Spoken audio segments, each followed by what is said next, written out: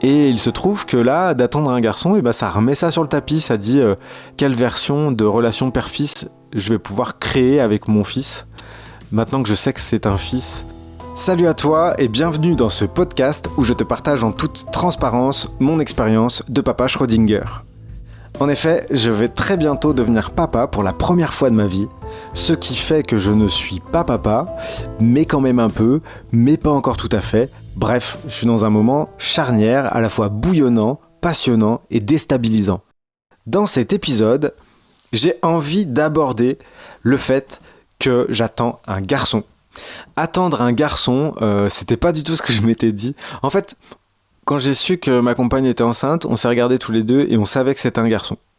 Et puis derrière, les semaines ont passé et on a commencé à doucement avoir plus d'idées de prénoms de filles et puis à plus aller dans le côté féminin de la chose. Et donc du coup, on s'est mis à penser qu'on attendait une fille jusqu'au moment où l'échographie a tranché.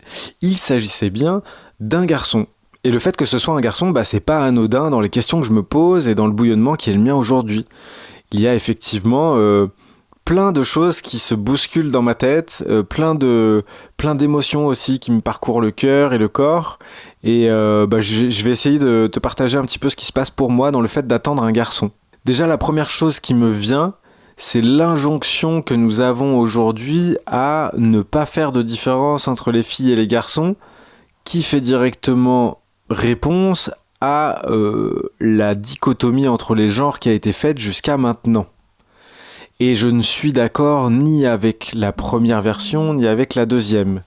Je n'adhère pas au fait de genrer tout par rapport à l'arrivée d'un enfant, et je n'adhère pas non plus à la façon dont on pourrait nier le fait que le genre soit une information. Du coup, je me retrouve un peu pantois face à cette information parce que ça soit un garçon ou une fille, de toute façon, déjà c'est comme ça, il va falloir faire avec, et puis d'une autre manière c'est comme ça, et que ça soit l'un ou l'autre, on anticipe des difficultés qui sont quand même genrées, c'est-à-dire que les représentations qu'on s'en fait, vu qu'en plus on n'a pas l'enfant dans les bras, donc on peut pas, se connecter à son énergie, on pourrait dire ça comme ça, comme je peux pas me connecter à son énergie, même si des fois quand j'ai la main sur le ventre de ma compagne, je ressens des choses, mais c'est pas pareil que quand on voit le regard, quoi. Il y a quelque chose qui manque quand même. Étant donné que je n'ai pas mon enfant dans les bras et que je n'ai pas ses yeux dans les miens, je ne peux faire que des projections. Et ces projections, elles disent beaucoup plus de choses de moi que de l'enfant à venir. Même si jamais je prends trop ces projections au sérieux, ça risque d'avoir un impact sur mon enfant et de créer la forme que prend l'accueil que je lui fais. Donc c'est-à-dire que je vais le regarder d'une certaine façon, et quand on est regardé d'une certaine façon, évidemment, ça a des impacts sur qui on devient, sur les autorisations et les interdictions qu'on se donne, sans le savoir ou en le sachant. Enfin voilà, il y a énormément de choses qui se jouent à cet endroit-là. Le regard que l'on porte sur nous est capital. Et donc à ce titre-là, le regard que je vais porter sur mon enfant sera capital pour lui, bien entendu. Alors évidemment, il y a plein de choses qui se jouent en dehors de ce regard-là. Je ne peux pas me soustraire à cette grande responsabilité que sera celle d'être son papa, qui va forcément le regarder d'une certaine façon. Et cette façon de le regarder aura sans aucun doute des répercussions sur la façon dont il va se considérer, sur la base sur laquelle il va s'appuyer ou non, avec difficulté. Donc, ça donne quelque chose d'assez frustrant. C'est-à-dire que je sais que je ne fais que des projections et en plus que ça sert à pas grand-chose. Donc ça mouline. Je n'ai pas envie de prendre les contre-propositions de ce qui m'arrive, c'est-à-dire j'ai pas envie de faire de l'esprit de contradiction pour une fois. C'est pas souvent que ça arrive, donc il faut le noter. C'est pas parce que normalement il faut lui donner une voiture et puis que finalement il faut pas lui en donner parce que on genre pas les choses qu'il faut jamais lui donner de voiture. Enfin ce serait ridicule de prendre le contre-pied à ce point-là et de l'accueillir dans une chambre rose avec des poupées et des chaussons de danse. Ce serait complètement étrange de prendre le contre-pied pour prendre le contre-pied et dire notre modernité en faisant finalement quelque chose d'aussi stéréotypé mais dans l'autre sens. Ça n'a aucun intérêt pour moi. Et puis je ressens de l'appréhension à l'endroit où c'est un garçon parce qu'il y a tout à inventer. C'est-à-dire que vraiment il faut que je laisse de la place justement. Là où il y a toutes ces projections qui se font, toutes ces appréhensions, il faut que je laisse du vide. J'ai envie de laisser du vide en tout cas parce que de mon expérience, ce que j'ai connu c'est pas rassurant. c'est pas rassurant et je me souhaite pas ça, mais je me souhaite pas non plus d'essayer d'éviter ça. Je n'ai pas envie d'éviter à tout prix la relation que j'ai eue avec mon père, parce que sinon, c'est ça que je vais avoir comme référentiel en tête. Alors forcément, ça va habiter un petit peu ce qui va se passer, hein. J'ai vécu cette enfance, j'ai vécu cette connexion, cette relation avec mon père particulière qui a laissé des empreintes indélébiles pour certaines, et puis d'autres qui ont été transformées, transcendées, et dont je fais mes forces aujourd'hui.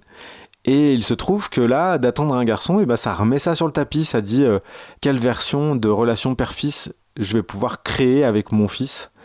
Maintenant que je sais que c'est un fils, j'ai vraiment cette curiosité de créer quelque chose d'autre que je connais pas encore et de pas le créer ex nihilo, parce que finalement c'est forcément quelque chose qui aura à voir avec qui je suis, avec qui il est. Mais j'espère vraiment de tout mon cœur arriver à accueillir la nouveauté, à accueillir la créativité dans cette relation entre lui et moi. Et ce qui me fait très peur, c'est l'hérédité qui fait peur, c'est la répétition qui fait peur, c'est le fait de se sentir dépassé par une sorte de fatalité qui viendrait s'appliquer, peu importe nos efforts, sur la relation père-fils, parce que la relation père-fils c'est toujours compliqué, et que donc du coup à ce titre-là ça doit toujours être conflictuel, ça doit toujours être empreint de rivalité, de concours de tu sais quoi, enfin voilà quoi. Et j'ai pas envie de partir sur ce truc-là, et pour autant, peut-être que ça m'attend au coin de la rue, je sais pas.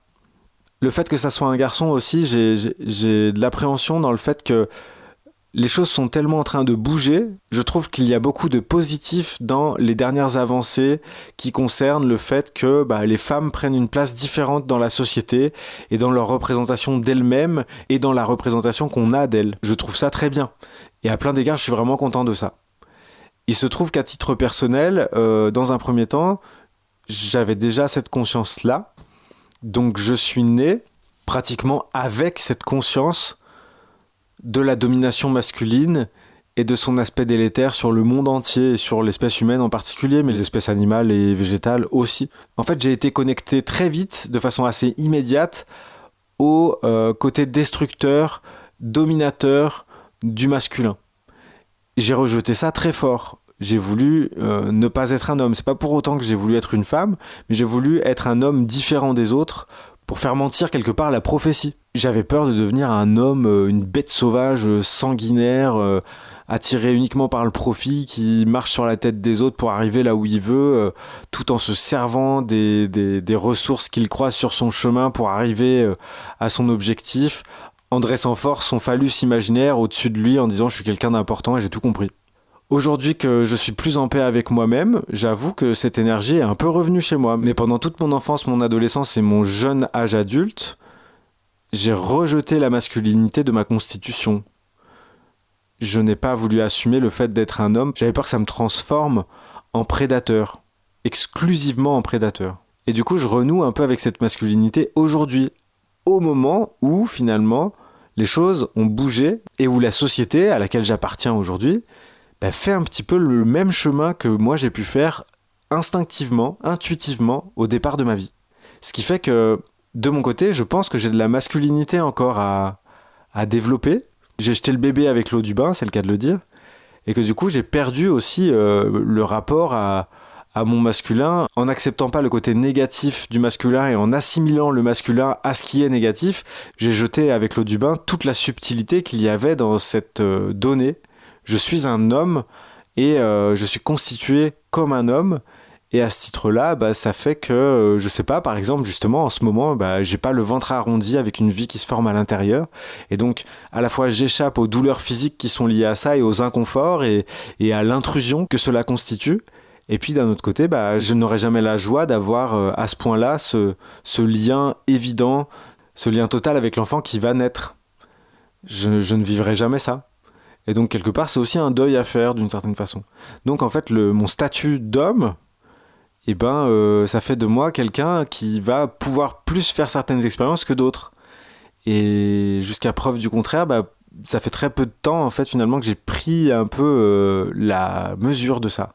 Que j'ai pris aussi la responsabilité de ça. Que je mets ça dans qui je suis, que j'accepte ces parts-là, parce qu'en fait elles étaient là, mais simplement je les acceptais pas, je voulais pas les regarder, je voulais pas savoir qu'elles étaient là.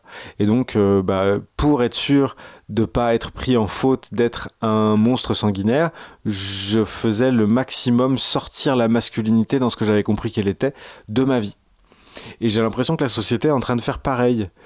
Et à ce titre-là, je ne sais pas comment je vais pouvoir aider mon fils à être un homme. Voilà. C'est un des trucs qui me... Peut-être que je vais simplement continuer de découvrir ce qu'est être un homme pour moi et que je vais pouvoir lui transmettre ce que j'en comprends. Peut-être que lui, il aura à cœur d'ailleurs de s'opposer à cette façon-là de voir les choses et puis de construire sa masculinité à lui dans le rejet de la mienne. Je sais pas.